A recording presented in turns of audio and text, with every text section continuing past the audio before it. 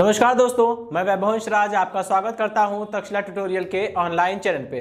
दोस्तों, हम लोग बात कर रहे थे क्लास 12 के फिजिक्स के चैप्टर नंबर 9 पर, जिसका नाम है किरण प्रकाशिकी एवं प्रकाशीय केंद्र। इसमें दोस्तों हम लोग लेक्चर 9.8 तक कंप्लीट कर चुके थे। आज हम लोग बात करेंगे लेक्चर 9.9 के बारे में। तो दोस्तों, आज के सेशन का पहला टॉपिक है अवतल गोलीय पृष्ठ पर अपवर्तन का सूत्र।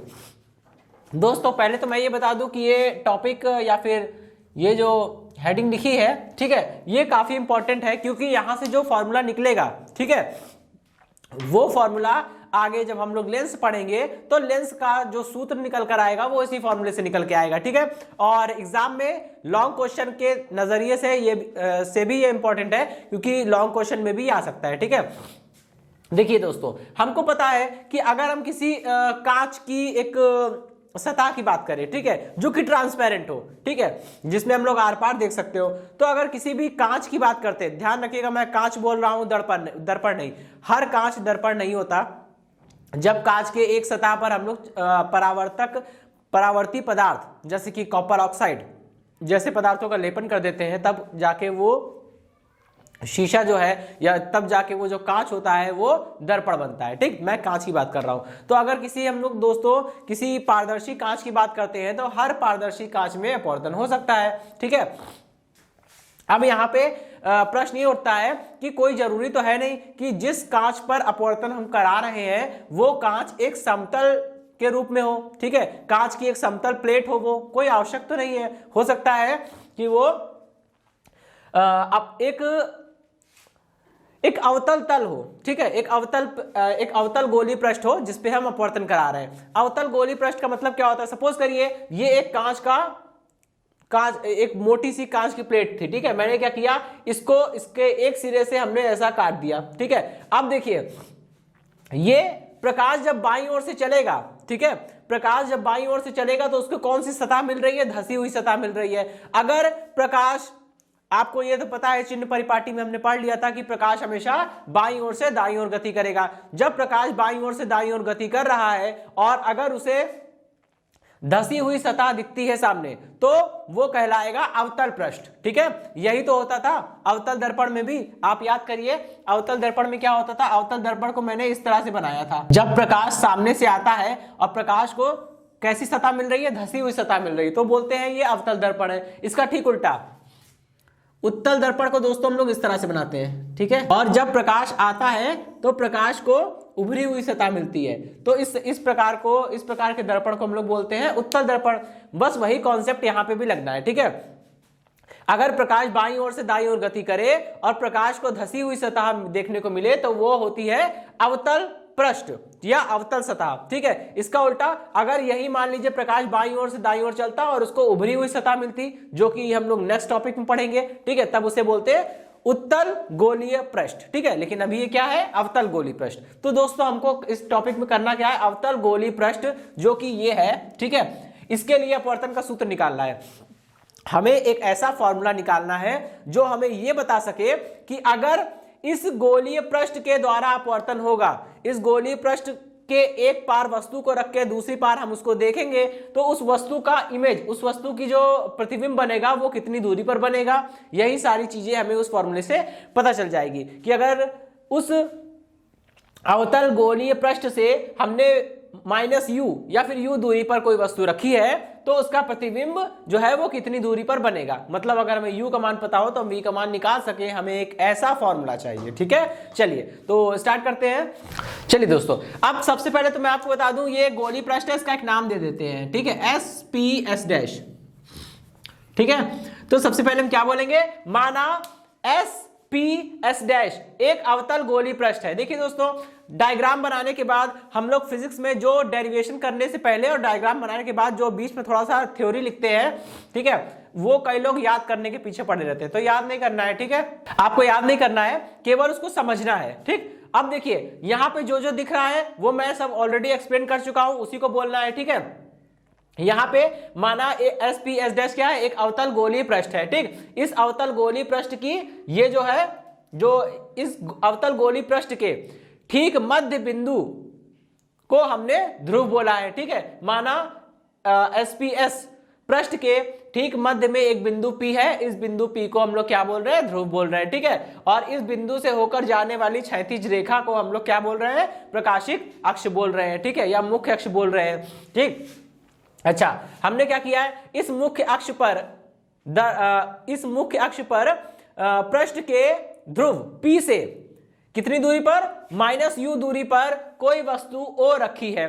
इस वस्तु से दो प्रकाश किरणें चलती हैं। इस वस्तु से चलने वाली पहली प्रकाश किरण पृष्ठ के किसी बिंदु N पर आपतित होती है। बिंदु N क्या है दोस्तों, आपतन बिंदु है, बिंदु N आपतन बिंदु है, ठीक है। इस बिंदु पर चलने वाली पहली प्रकाश किरण, अब देखिए, जैसे ही वस्तु से चलने वाली पहली प्रकाश किरण पृष्ठ के बिंदु N पर आपतित होगी, इसके बाद उसे ये विरल माध्यम जो भी होगा, लेकिन उसके सापेक्ष कांच जो है वो क्या है, सघन माध्यम है। यहां पे मैंने जो अवतल पृष्ठ लिया है वो कांच का लिया है। दोस्तों, कोई जरूरी नहीं है कि हमेशा ये अवतल पृष्ठ कांच का ही हो, लेकिन इतना जरूर तय है, इतना तो श्योर है कि ये अवतल पृष्ठ जिस भी पदार्थ का बना होगा वो ऐसा होगा कि उस पदार्थ का अपवर्तनांक बाहर वाले माध्यम से ज्यादा होना चाहिए, क्योंकि ये अवतल पृष्ठ जो होगा वो हमेशा सघन माध्यम होगा, बाहर वाला माध्यम हमेशा विरल माध्यम होगा। फॉर एग्जाम्पल, अगर बाहर वायु है तो ये कांच भी हो सकता है,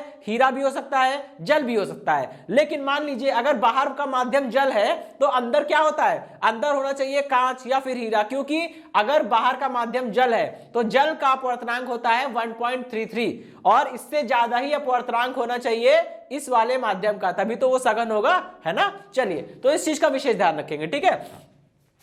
तो वस्तु O से चलने वाली पहली प्रकाश किरण पृष्ठ के बिंदु N पर आपतित होती है। इसके पश्चात यह सघन माध्यम में प्रवेश करती है। और दोस्तों, हमें पता है जब भी कोई प्रकाश किरण विरल माध्यम से सघन माध्यम में जाती है तो वो अभिलंब की ओर झुकती है। तो दोस्तों, इसे जाना चाहिए, आपको लग रहा होगा, देखिए इसे जाना चाहिए बिल्कुल ऐसे सीधे, ठीक है, इसे बिल्कुल सीधे जाना चाहिए, लेकिन ये अभिलंब की ओर झुक गई। क्यों? क्योंकि ये नियम है, ठीक है। हमने आपको अपवर्तन बताते समय बताया था कि जब भी कोई प्रकाश किरण विरल से सघन माध्यम में जाएगी तो अभिलंब की ओर झुक जाएगी, और ये बात मैंने प्रूफ भी करी थी आपके सामने, ठीक है।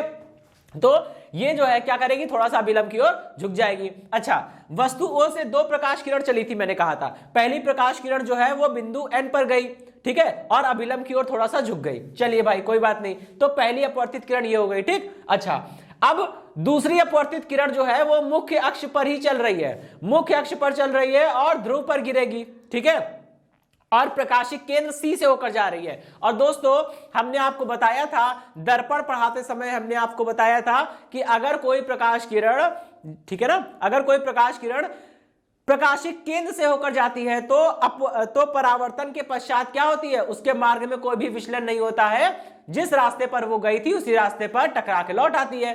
ठीक परावर्तन का यही वाला नियम यहां भी लगता है।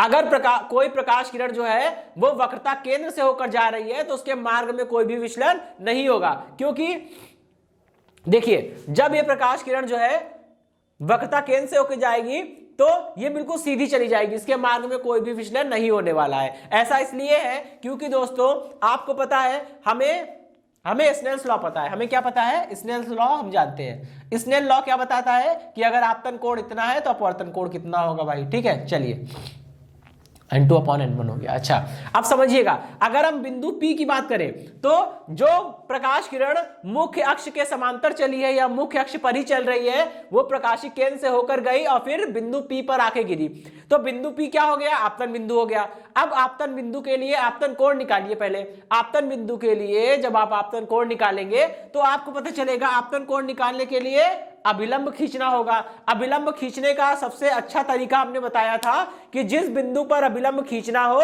उस बिंदु को C से मिला दीजिए, और अगर बिंदु P आपका आपतन बिंदु है तो आपतन बिंदु P को हम लोग C से मिला देंगे, और जब आपतन बिंदु P को C से मिलाएंगे तो कौन सी रेखा मिलेगी? मुख्य अक्ष ही मिलेगी, और मुख्य अक्ष क्या है? अभिलंब है, और प्रकाशिक किरण भी मुख्य अक्ष पर ही आ रही है। इसका मतलब कि ये प्रकाशिक किरण जो मुख्य अक्ष के समांतर चल रही है या मुख्य अक्ष पर ही चल रही है, उसके लिए आपतन कोण का मान कितना हो गया? 0 हो गया, क्योंकि भैया यहां पे जो होगा अभिलंब होगा वो क्या है? CP है, अभिलंब CP है, और प्रकाशिक किरण भी जो है वो बिल्कुल मुख्य अक्ष पर ही है। तो एंगल कितना बन जाएगा? दो समांतर रेखाओं के बीच का कोण कितना होता है? 0।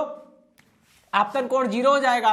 और दोस्तों जब आपतन कोण 0 हो जाएगा तो साइन आर का मान निकालिए, कितना आएगा n1/n2 इंटू साइन आई, ठीक है। और अगर i बराबर 0 है तो देखिए कितना आएगा, तो यहाँ पे sine R is equal to n1/n2 into sine 0, और साइन 0 0 होता है तो पूरा साइन आर 0 हो जाएगा। साइन आर 0 का मतलब r इज इक्वल टू 0। इसीलिए अगर कोई प्रकाशीय किरण वक्रता केंद्र से होकर जाती है तो उसके मार्ग में कोई भी विचलन नहीं होता है, क्योंकि अपवर्तन कोण r का मान 0 हो जाता है, ठीक है। चलिए अब दोस्तों पहली अपवर्ती किरण कौन सी है? पहली अपवर्ती किरण जो है वो ये है जो अभिलंब की ओर झुक गई थी। दूसरी अपवर्ती किरण जो है वो बिल्कुल सीधे चली गई। आपको दिख रहा है और आप जानते भी हैं, प्रतिबिंब दोस्तों तभी बनता है जब दो परावर्तित किरणें या दो अपवर्तित किरणें आपस में एक दूसरे को कट करती हैं।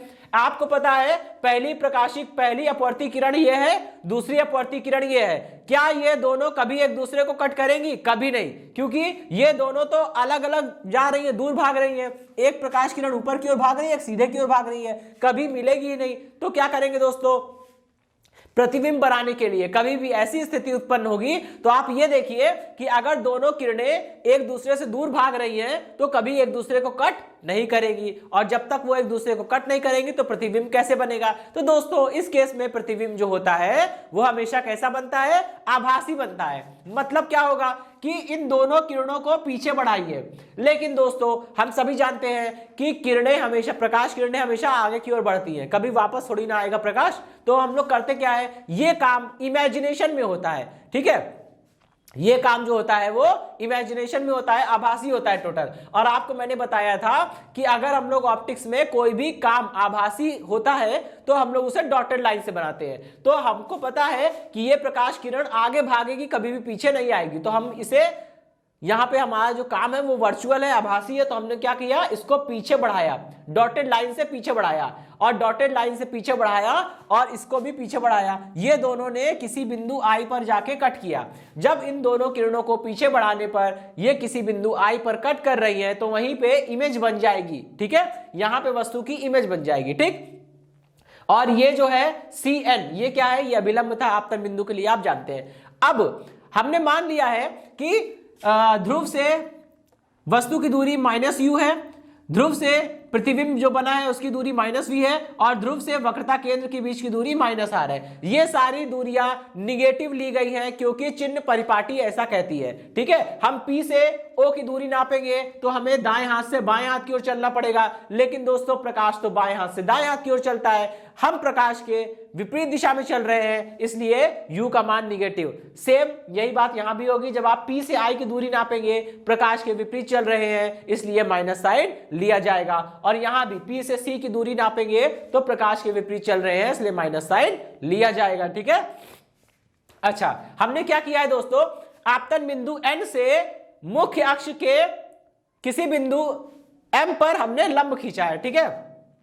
आपतन बिंदु से मुख्य अक्ष पर एक लंब खींचा है, इसको नाम दे दिया M। ये M जो है वो P के काफी क्लोज है। इस चीज के बारे में अभी हम आगे चर्चा करेंगे। हमने दोस्तों माना है कि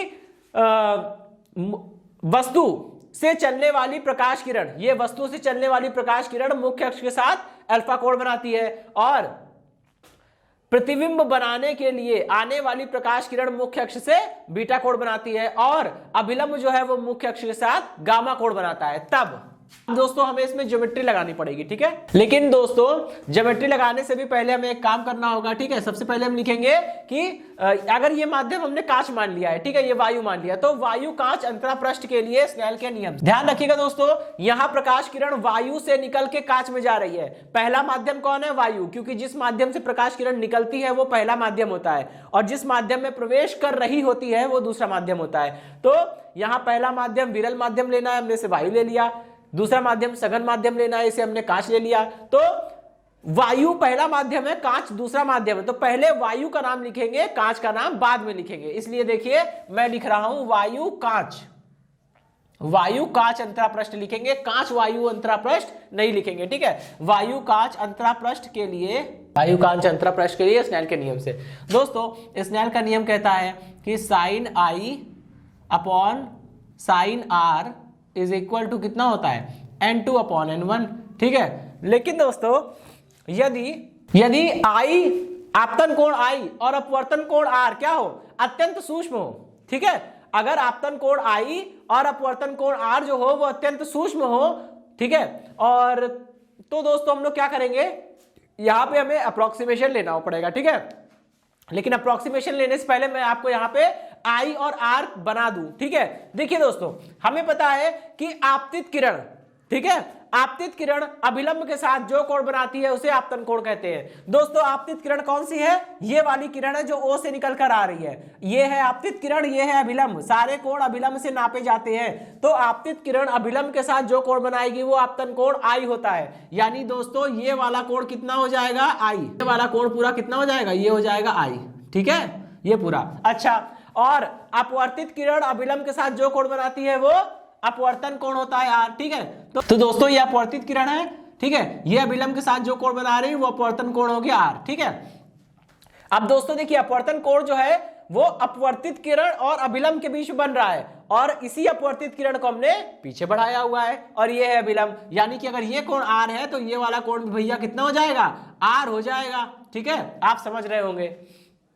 चलिए तो अब क्या करेंगे, अगर आपतन कोण I और अपवर्तन कोण R जो है वो दोस्तों अगर अत्यंत सूक्ष्म है और रेडियन में नापे जा रहे हैं, तब हम क्या कर सकते हैं, तब हम लोग साइन I को लगभग I के बराबर ले सकते हैं एवं साइन R को लगभग हम लोग R के बराबर ले सकते हैं। ऐसा हम लोग तभी कर सकते हैं जब I और R का मान अत्यंत सूक्ष्म हो एवं I और R को रेडियन में नापा जाए, ठीक है, ये तभी होगा। ऐसा इसलिए होता है दोस्तों क्योंकि हमें पता है साइन जीरो कितना होता है, 0 होता है, ठीक है। tan 0 कितना होता है, 0 होता है, ठीक है, लेकिन cos 0 नहीं होता है। तो साइन और tan के साथ ही ये काम कर पाएंगे हम लोग, cos के साथ ये काम नहीं करेंगे, कभी नहीं करेंगे, ठीक है। तो मेरे कहने का मतलब यही है कि अगर एंगल बहुत छोटा हो तो साइन थीटा की वैल्यू लगभग थीटा के बराबर ही आती है, और tan थीटा की वैल्यू भी लगभग थीटा के बराबर ही आती है। इस चीज को ध्यान रखिएगा, इस चीज का अभी हम दोनों बार यूज करेंगे। अभी साइन का अप्रोक्सीमेशन ले रहे हैं, आगे इसी डेरिवेशन में tan का अप्रोक्सीमेशन भी लिया जाएगा, ठीक है। चलिए इसको इक्वेशन नंबर 1 मान लिया, ठीक है। यदि साइन I लगभग बराबर हो I के और sine R approximately equal to R हो, तब समीकरण 1 से, ठीक है, I upon R is equal to N2 upon में N1, यहां से क्या निकलेगा, N1 I is equal to N2 R, equation number 2, ठीक है। अच्छा अभी हमको करना क्या है, I और R का मान निकालना है, ठीक। चलिए निकालते हैं हम लोग, लेकिन दोस्तों उससे पहले सबसे यहां पे देखिए ट्राइंगल बन रहे हैं दोस्तों। पहला ट्राइंगल बन रहा है OCN, ठीक है, तो लिखेंगे ट्राइंगल OCN में।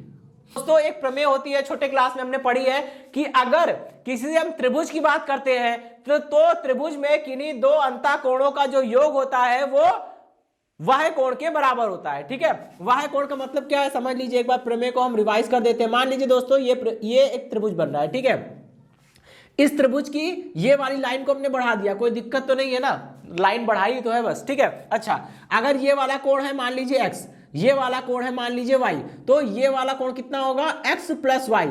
आप इसे प्रूफ भी कर सकते हैं, कैसे, आइए देखते हैं। दोस्तों हमें पता है कि त्रिभुज के तीनों कोणों का योग कितना होता है, 180 होता है। अगर ये x है ये y है तो ये कितना होगा, ये हो जाएगा 180 माइनस का x माइनस का y, ठीक है। और आपको पता है ये पूरा 180 होता है, और पूरे 180 में से अगर इसको घटा देंगे, सपोज करिए ये पूरा 180 होता है ना, 180 में से ये वाला कोण घटा दे तो ये वाला कोण मिल जाएगा। अब 180 में इसकी वैल्यू घटाइए, इस कोण की वैल्यू कितनी है, इस कोण की वैल्यू है 180 माइनस एक्स माइनस वाई। इसको सॉल्व करिए कितना आएगा, 180 माइनस ये हो गया 180 और ये दोनों प्लस में हो गए, प्लस एक्स प्लस वाई, ये दोनों कट गया, कितना आएगा एक्स प्लस वाई, ठीक है। तो ये एक प्रमेय होती है कि त्रिभुज के दो अंतः कोणों का योग जो होता है वो तीसरे वाह्य कोण के बराबर होता है। इसी का हम लोग यहाँ पे यूज करेंगे, ठीक है। चलिए तो दोस्तों देखिए OCN में देखिए ये कोण अंतः कोण है अल्फा, ये कोण अंतः कोण है आई, तो अल्फा प्लस आई कितना हो जाएगा, alpha plus I is equal to ये वाला कोण हो जाएगा गामा, ठीक है।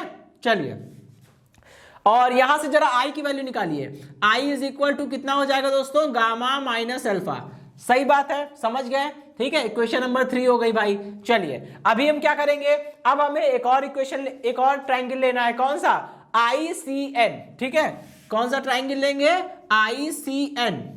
तो ट्राइंगल ICN में चलिए अब दो अंतःकोणों को जोड़िए, बीटा और R, beta plus R is equal to कितना हो जाएगा दोस्तों? गामा हो जाएगा। Beta plus R is equal to gamma, तो यहां से आर इज इक्वल टू कितना हो जाएगा दोस्तों? Gamma minus beta. Equation number 4, ठीक है। अच्छा अब क्या करेंगे? आई और आर की वैल्यू क्या करेंगे? समीकरण नंबर ये कौन सी है? 2, समीकरण नंबर 2 में रख दीजिए, ठीक है। तथा आर का मान समीकरण 2 में रखने पर रखिए जरा, कितना हो जाएगा? N1 और आई की वैल्यू कितनी है दोस्तों? गामा माइनस अल्फा, ठीक है, ये बात समझ में आ गई। इक्वल N2 आर की जगह कितना रखेंगे? गामा माइनस बीटा, तो ये हो गया गामा माइनस बीटा, ठीक है। इसके बाद देखिए अब यहां पे हमने इसे स्टॉप कर दिया इक्वेशन नंबर 5, ठीक। अब हम लोग क्या करेंगे? इसी ट्राइंगल का यूज करिए। इसमें देखिए बहुत सारे ट्राइंगल बन रहे हैं, जैसे ONM,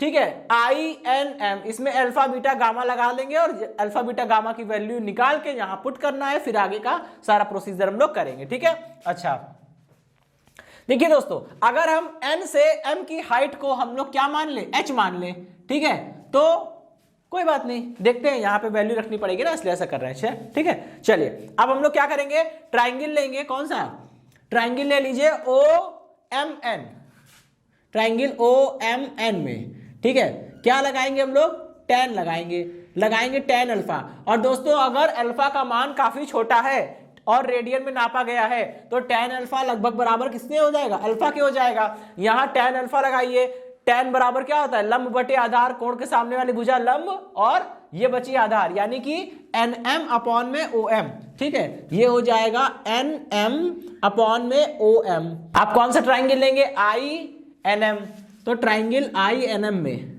दोस्तों यहां पे हम एक चीज और समझ लेते हैं, ठीक है, तुरंत अभी वो हमें ये समझना है कि दोस्तों देखिए यहां पे NM लिखा है, ठीक है, समझ में आ गई बात। ये लिखा है OM, तो O से M की दूरी जो है वो लगभग बराबर होगी O से P की दूरी के। क्यों? क्योंकि M जो है वो P के काफी नजदीक है भाई, ठीक है, M जो है वो क्या है? P के काफी नजदीक है, तो O से M बराबर, O से M की जितनी दूरी होगी लगभग उतनी ही दूरी होगी O से P की दूरी। तो हम क्या करेंगे? OM की जगह OP भी लिख सकते हैं, तो इसे लिखेंगे NM अपॉन में OP, ठीक है। चलिए भाई ये होगा इक्वेशन नंबर 6, ठीक। इसमें लगाइए tan बीटा, ये हो गया tan बीटा। tan बीटा का मान लगभग बीटा के बराबर ही है, ठीक है, क्योंकि अगर एंगल छोटे होते हैं तो हम लोग sin थीटा को थीटा के बराबर ले सकते हैं, tan थीटा को थीटा के बराबर ले सकते हैं। तो अगर अल्फा बीटा गामा ये काफी स्मॉल एंगल्स है तो यहाँ पे बीटा को हम लोग tan बीटा को बीटा ले सकते हैं, ठीक। चलिए अभी यहाँ पे इसकी वैल्यू लिखिए, कितना आएगा? लंब बटे आधार, लंब कितना है? NM अपॉन में आधार, आधार कितना है दोस्तों? आधार हो जाएगा IM, या फिर इसे हम लोग बोल सकते हैं NM अपॉन में IP, ठीक है। चलिए भाई ये क्या हो गई? इक्वेशन नंबर 7 हो गई। अच्छा अभी ट्राइंगल, तीसरा ट्राइंगल लेंगे, कौन सा? ट्राइंगल CNM में इसमें लगाइए जरा, इसमें कौन सा एंगल है दोस्तों? गामा है, तो यहां पे लिखिए tan gamma, gamma is equal to gamma, ठीक है। और यहां से लंब बटे आधार, लंब कितना है? NM अपॉन में आधार कितना है? CM। अच्छा अब आइए, ये हो गया NM अपॉन में CM, CM कितना है भाई? CM, अच्छा देखिए C से लेके जितनी दूरी M की होगी उतनी ही दूरी CP की होगी, तो यहाँ पे हमने CP लिख दिया, ठीक है। अच्छा अभी ये क्वेश्चन नंबर 8 हो गई। अभी दोस्तों डेरिवेशन में करना क्या है? अल्फा बीटा और गामा की वैल्यू कहाँ गई? ये क्वेश्चन नंबर 5 में रखनी है, ठीक। फिर आगे फर्दर कैलकुलेशन करना है, बस थोड़ा सा कैलकुलेशन और डेरिवेशन कंप्लीट हो जाएगा, ठीक है। चलिए तो मैं रफ करता हूं इसको, थोड़ा ये रफ कर रहा हूं इतना पोर्शन, ठीक है। अब क्या करेंगे? अल्फा बीटा गामा का मान यहाँ रखिए, ये हो जाएगा N1। गामा की वैल्यू कहाँ गई भाई? ये है ना, गामा की जगह लिखूंगा मैं NM अपॉन में CP माइनस अल्फा की जगह लिखूंगा NM अपॉन में OP ब्रैकेट बंद is equal to N2। Gamma की जगह लिखेंगे NM अपॉन में CP माइनस बीटा की जगह लिखेंगे NM अपॉन में IP। चलिए अभी क्या है? NM कॉमन लेके सब जगह से कैंसिल कर दीजिए, कितना हो जाएगा? N1 आ गया भाई। अच्छा कितना बचेगा? 1 upon CP minus 1 upon OP। इधर देखिए N2 हो गया यहां लिखेंगे 1/Cp minus 1/OP, sorry 1/IP, ठीक है 1/IP। अच्छा अभी सारी वैल्यूज रखेंगे, ठीक है। आइए देखते हैं दोस्तों, Cp चाहिए, Cp कितना है, Cp माइनस आर है, ठीक है, माइनस 1/R हो गया, ठीक। अच्छा अभी ये माइनस है, OP कितना है, माइनस का U है। दोस्तों यहाँ पे माइनस का U लिखेंगे तो ये माइनस को प्लस कर देगा, ठीक है, तो मैं डायरेक्ट लिख दे रहा हूं प्लस U हो गया, ठीक है। अब इज इक्वल टू में N2, आइए Cp कितना है दोस्तों, Cp हम ऑलरेडी निकाल चुके हैं, माइनस का 1/R, ठीक है। अच्छा और देखते हैं, तो ये है माइनस का 1/IP, IP कितना है, माइनस का V है। यहां दोस्तों माइनस V लिखूंगा, ये माइनस इस माइनस को प्लस कर देगा, तो मैं डायरेक्ट क्या लिख दे रहा हूं, प्लस में 1/V, ठीक है।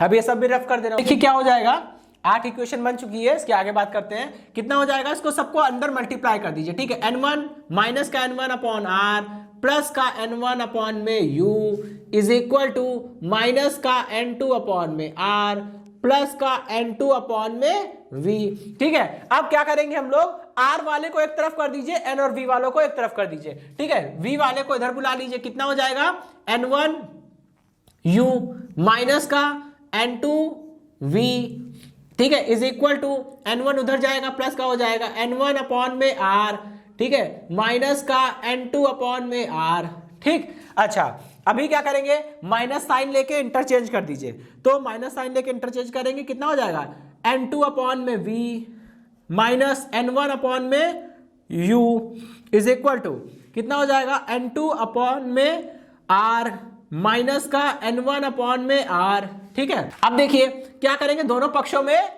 N1 से भाग कर दीजिए। जब आप दोनों पक्षों में N1 से भाग कर देंगे, कितना हो जाएगा N2/N1, ठीक, और ये हो गया V माइनस का 1/U is equal to N2/N1, ठीक, ये हो गया R। अच्छा R तो यहाँ तो दोनों में है ना, कॉमन आ जाएगा दोस्तों, ठीक है, R दोनों में कॉमन आ जाएगा। चलिए हम लोग नेक्स्ट स्टेप में भी ले लेंगे, ऐसी कोई दिक्कत नहीं है, ठीक है। ये हो जाएगा, N1 से भाग करेंगे तो N1/N1 कट जाएगा, 1/R बचेगा, ठीक है भाई। अच्छा अब देखिए दोस्तों, N2/N1 क्या है, N2 है दूसरे माध्यम का अपवर्तनांक, N1 है पहले माध्यम का अपवर्तनांक। जब भी हम N2/N1 लिखते हैं, इसका मतलब होता है दूसरे माध्यम का पहले माध्यम के सापेक्ष अपवर्तनांक, और इसे हम लोग सिंपली n से लिख दे रहे हैं, ठीक है। तो कितना हो जाएगा N/V माइनस का 1/U इज इक्वल टू ये हो जाएगा N/R माइनस का 1/R, ठीक है। यहां लिख दीजिएगा कि n इज इक्वल टू क्या है दोस्तों,